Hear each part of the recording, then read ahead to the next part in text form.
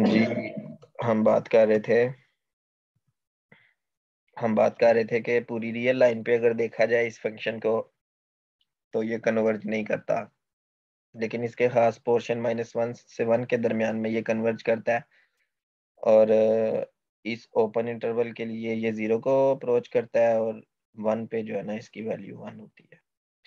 तो यही एग्जांपल अगर यूनिफॉर्मली कन्वर्जेंस में आपने देखनी है, तो जो क्राइटेरिया मैंने आपको बताया है, आप उसको फुलफिल करें।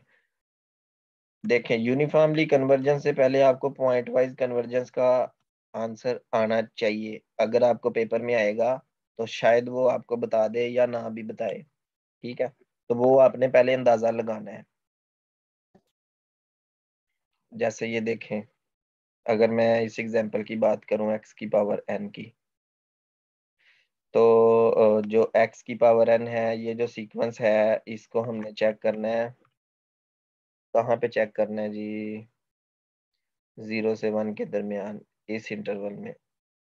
0 से 1, ये जो इंटरवल ए है, ये यहाँ पे हमने इसको देखना है। तो ए की वैल्यू आ गई। ये वही क्वेश्चन है जो लास्ट हमने किया है ना, सेम वैसा ही है, बस फंक्शन चेंज है। तो 0, अब 0 से 1 के दरमियान में इसकी जो लिमिट्स आती हैं एक्स एन की, वो क्या? एक्स एन पहले नंबर पे तो हमने देखना है कि ये 0 को अप्रोच करता है। जब भी एक्स यूज करते हैं हम, कहाँ से?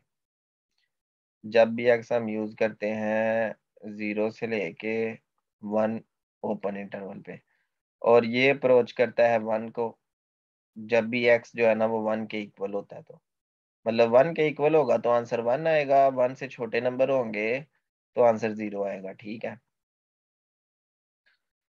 तो ये हमारे पास इसकी कन्वर्जेंस, मतलब कि आपको क्या मिल गया? अगर ये एफ एन है तो आपको ये दो वैल्यू जो है ना एफ की वैल्यूज मिल गई। अब जो फार्मूला था वो ये था कि F N minus F norm on A जो है ना वो ये सेट है, इस पर जो नाम होगी वो होगा सुप्रीमम ऑफ। तो क्योंकि दो लिमिट्स हैं तो दोनों को चेक करना है। तो पहले नंबर पे एक्स एन -0 मार्ड लगाएंगे जब एक्स यूज कर रहे हैं 0 से 1 के दरमियान में। और दूसरा जो मार्ड आएगा ना वो आएगा आपके पास एक्स एन, ये ब्रैकेट ना भी यूज करें खैर है, -1 का जो मॉड है, जो जब एक्स 1 के इक्वल होगा। तो जब एक्स एग्जैक्टली 1 के इक्वल होगा तो यहाँ पे हम 1 यूज कर सकते हैं ना। तो सुप्रीमम जो है आपके पास वो ये आ गया एक्स एन -0 मॉड जब एक्स की वैल्यू जो है वो 0 से 1 के दरमियान में है, और जब एग्जैक्टली 1 के इक्वल है 1 - 1, ये वैसे ही 0 हो जाता है। ठीक है, तो अब हमने क्या कैलकुलेट करना है? सुप्रीमम। सुप्रीमम कैलकुलेट करने का ये मकसद है कि सबसे बड़ा नंबर आपने निकालना है। मतलब जब 0 यहाँ पे यूज करेंगे तो 0 आ जाएगा, कॉमा। जब आप 0 से कोई बड़ा नंबर यूज करेंगे, ठीक है, तो आप 0 से बड़ा कोई नंबर यूज करें, लेट्स से कि 0 पॉइंट समथिंग, तो 0.1 मान लेते हैं ना। तो 0.1 की बड़ी से बड़ी पावर भी होगी ना, तो वो किसको अप्रोच करेगी?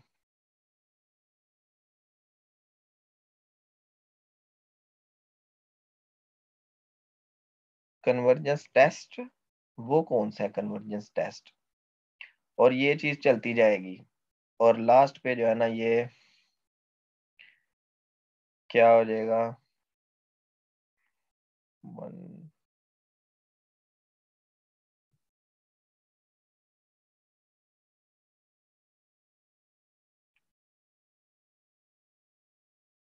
1 पे तो इसका आंसर 0 है। अब 0 से 1 के दरमियान में आपने नंबर्स यूज किए एक्स की जगह पे। तो देखें, जितना आंसर 0.1 है ना, अब 0 0.1 की पावर आप करें 100 करें, जरा क्या आता है? जरा ये कोई बताएगा 0.1 की पावर 100 का क्या आंसर आता है?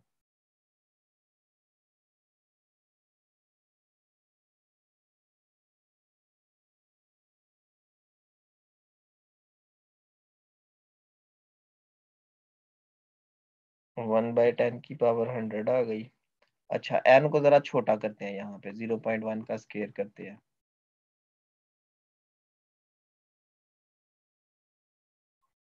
0.01 आ गया।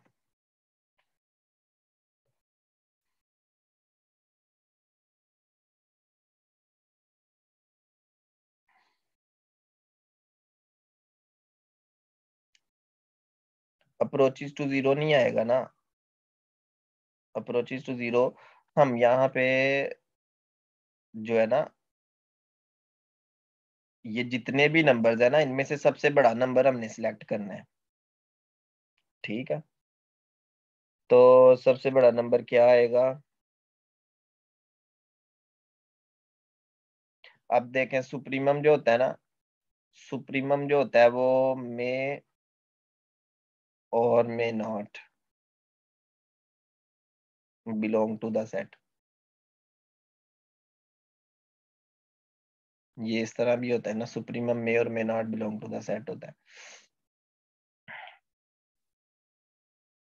कोई बताएगा इसका सबसे बड़ा नंबर क्या आ रहा है? 0.9 मान लें, तो 0.9, क्योंकि 0.9 इस इंटरवल में बिलोंग करता है ना, तो 0.9 की पावर 1 करें तो ये 0.9 होता है ना। और अगर 0.99999 की पावर 1 करें तो ये तकरीबन तकरीबन 1 हो जाता है ना। जरा सोचें इस चीज को। चलाते गए ना इसको, इस पूरे इंटरवल को यूज करने एक्स की जगह पे, और जो सबसे बड़ा आंसर आएगा, मतलब इन इन तमाम आंसर्स की जो अपर बाउंड है, लीस्ट अपर बाउंड क्या होगी? तकरीबन तकरीबन 1 आएगा ना। लीस्ट सुप्रीमम को हम क्या कहते हैं? Least upper bound. मतलब एक ऐसा नंबर निकालो जो इन तमाम नंबर्स में से सबसे बड़ा हो।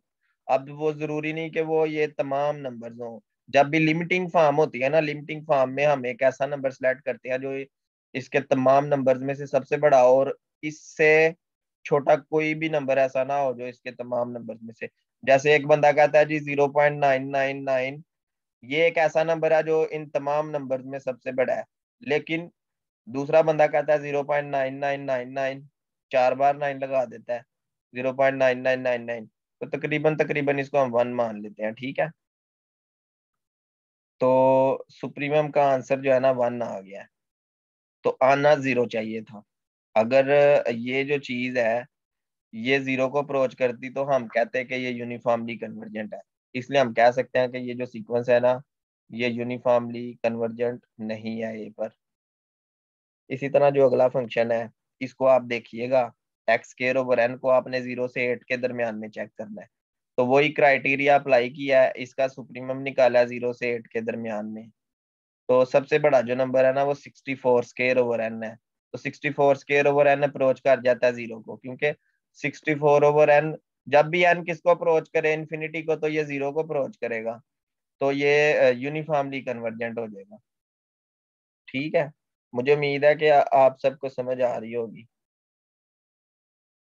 इसी तरह ये डी एग्जाम्पल है, ये ई एग्जाम्पल है, ये सारी एग्जाम्पल्स जो है ना ये बहुत इंपॉर्टेंट है आपके लिए सीपीएसई के वाले से ना। ये क्राइटेरिया करने की जरूरत नहीं है, जो आपको मैंने बताया वो ही उसमें से पूछा जाता है। इसकी ये जो एग्जाम्पल है ना, ये सारी आपने ट्राई करनी है। एटलीस्ट इस क्वेश्चन को देखने के बाद इसका आंसर आपके जहन में आना चाहिए। इस तरह भी पूछ सकता है ना कि ये चीज दे के ऑप्शन, 4 ऑप्शन दे दे और आपको आंसर पूछ ले कि ये इसका आंसर क्या है इस लिमिट का। तो आपको ये सारे आंसर इसके आने चाहिए। ठीक है, इस बुक के एंड पे आंसर्स लिखे हुए हैं। बाकी अगर आप इस क्वेश्चन को गूगल पे भी टाइप करें तो आपको इसका सॉल्यूशन मिल जाएगा। ठीक हो गया। ये कोई बातें हैं यहाँ पे, ये अगर ए ग्रेटर देन 0 सीक्वेंस इस तरह से एक्सरसाइज 1 में, ये इसकी बात कर रहा है ना, इसकी। तो आप इसको खुद पढ़ेंगे तो आपको पता चल जाएगा। हम आगे चलते हैं।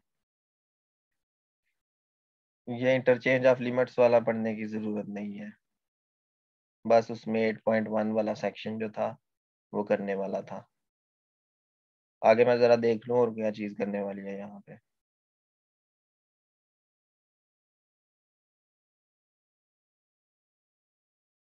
इसकी स्टेटमेंट आप कर लीजिएगा, डिनीज थ्योरम की। ये ये जो क्वेश्चन है ये देख लें, इसने यहाँ पे कोई बातें की हुई है। बुक मिल सकती है पीडीएफ में, बिल्कुल आपको मैं बुक सेंड कर दूंगा।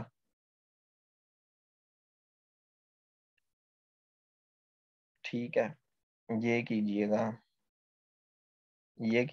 ये एग्जाम्पल इसकी बात कर रहा है। अब यहाँ पे नहीं लिखी हुई है, थोड़ा सा पीछे जाके 8.2.1 के सी पार्ट में आपने देखना है कि वहां पे कौन सी एग्जाम्पल की बात हो रही है। ऐसी तैयारी होती है ना, बुक्स में रेफरेंस देकर भी लिखा जाता है किसी चीज को। ये इस एग्जाम्पल की बात कर रहा था, इस एग्जाम्पल की वो बात कर रहा है। आप इसको पढ़ेंगे, की पॉइंट्स बनाएंगे तो आपको समझ आएगी इसकी। ठीक है, मेरा काम है मैं आपको टिप्स वगैरह दूं ताकि आपको समझ आ जाए। अब वो कह रहा है कि एक ऐसी सीक्वेंस ऑफ फंक्शंस कंस्ट्रक्ट करें बी पर जो कि डिसकंटिन्यूस हो एवरी पॉइंट पर, और कन्वर्ज करे uniformly to a function that is continuous at every point. तो इस तरह का फंक्शन आपको गूगल से भी मिल जाएगा। आप जस्ट ये टाइप करेंगे तो आपके सामने सीक्वेंस आ जाएगी। ठीक है, जाहिर है इन पे स्टूडेंट्स ने काम किया होता है, लोगों ने काम किया होता है वहाँ पे। तो अगर आप सोचने बैठेंगे तो आपका तो पूरा पूरा दिन लग जाएगा। जस्ट आपने क्या करना है, क्वेश्चन देखना है, आंसर उसका आपके जेहन में होना चाहिए, कंसेप्ट होना चाहिए कि ये यूनिफॉर्मली कन्वर्जेंस क्या चीज है, जो हमने आज के लेक्चर में डिस्कस किया है। सही है।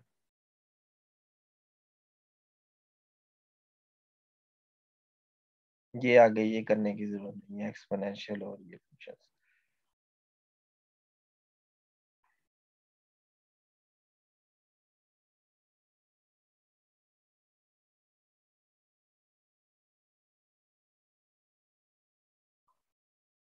बस चैप्टर 8 में से इतना ही करना था।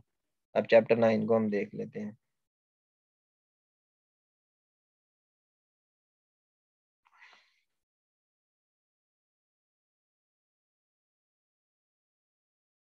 ठीक है, चैप्टर 9 इनफाइनाइट सीरीज वाला। ये अगर मैथमेटिकल मेथड की हम बात करें, सेकंड,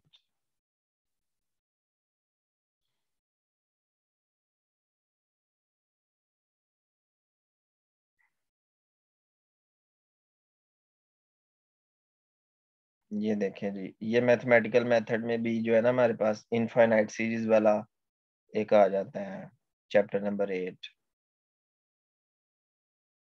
ठीक है, तो यहाँ पे ये सारा कुछ लिखा हुआ है ना, मैं आपको बताता हूँ।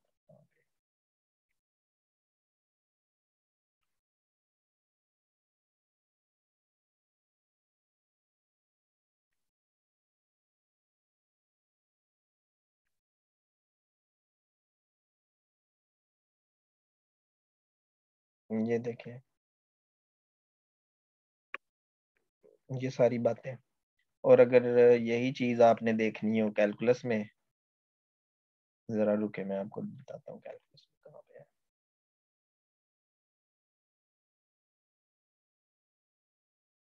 आपने ये सारा सॉल्व किया है, बहुत अच्छी बात है, आपको तो फिर बहुत अच्छी समझ आ रही होगी आज। जिसने ये आज पहले ही काम किया हुआ है उसको तो बड़ी अच्छी समझ आ रही होगी। जैसे ये हमारे पास थॉमस कैलकुलस की बुक है, ये देखे ना, ये थॉमस कैलकुलस की बुक है। इस बुक में, एक सेकंड, इसमें भी ये चैप्टर है ना इनफाइनाइट सीरीज वाला।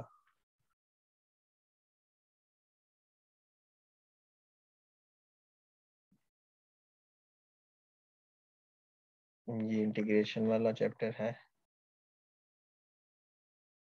चैप्टर 9। हाँ शायद चैप्टर 9 होगा। एडिशंस जो होते हैं ना इसके, वो उसमें डिफरेंट डिफरेंट नाम होते हैं चैप्टर्स के। कभी इस एडिशन में चैप्टर 9 होगा, दूसरे एडिशन में चैप्टर 10 होगा। नहीं, ये तो फर्दर एप्लीकेशन है ना, इसमें चैप्टर 10 होगा, चैप्टर 11 होगा, 10 भी नहीं है।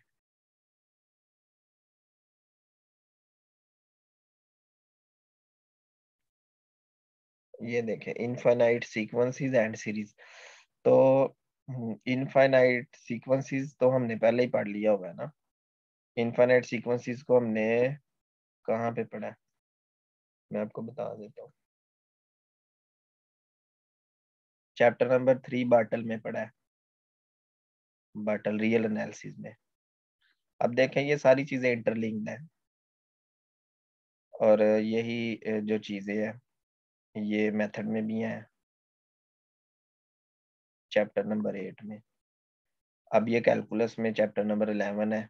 ये बुक आपको चाहिए होगी, मैं सेंड कर दूंगा। तो बेहतर यह है कि अगर एक बार आप यहाँ से कर लेंगे ना, बाटल की बुक से, तो समझे कि आपने हर जगह से इसको कवर कर लिया, हर बुक से। ठीक है, इस बुक से करने का मकसद है कि आपने इसको हर बुक से प्रॉपर थ्योरेटिकल तरीके से और विद एग्जांपल्स हर तरीके से इसको कवर किया। तो हम यहाँ से स्टार्ट करते हैं, एब्सोल्यूट कन्वर्जेंस से। मैं इसके लिए ना न्यू वीडियो स्टार्ट करता हूँ चैप्टर 9 की।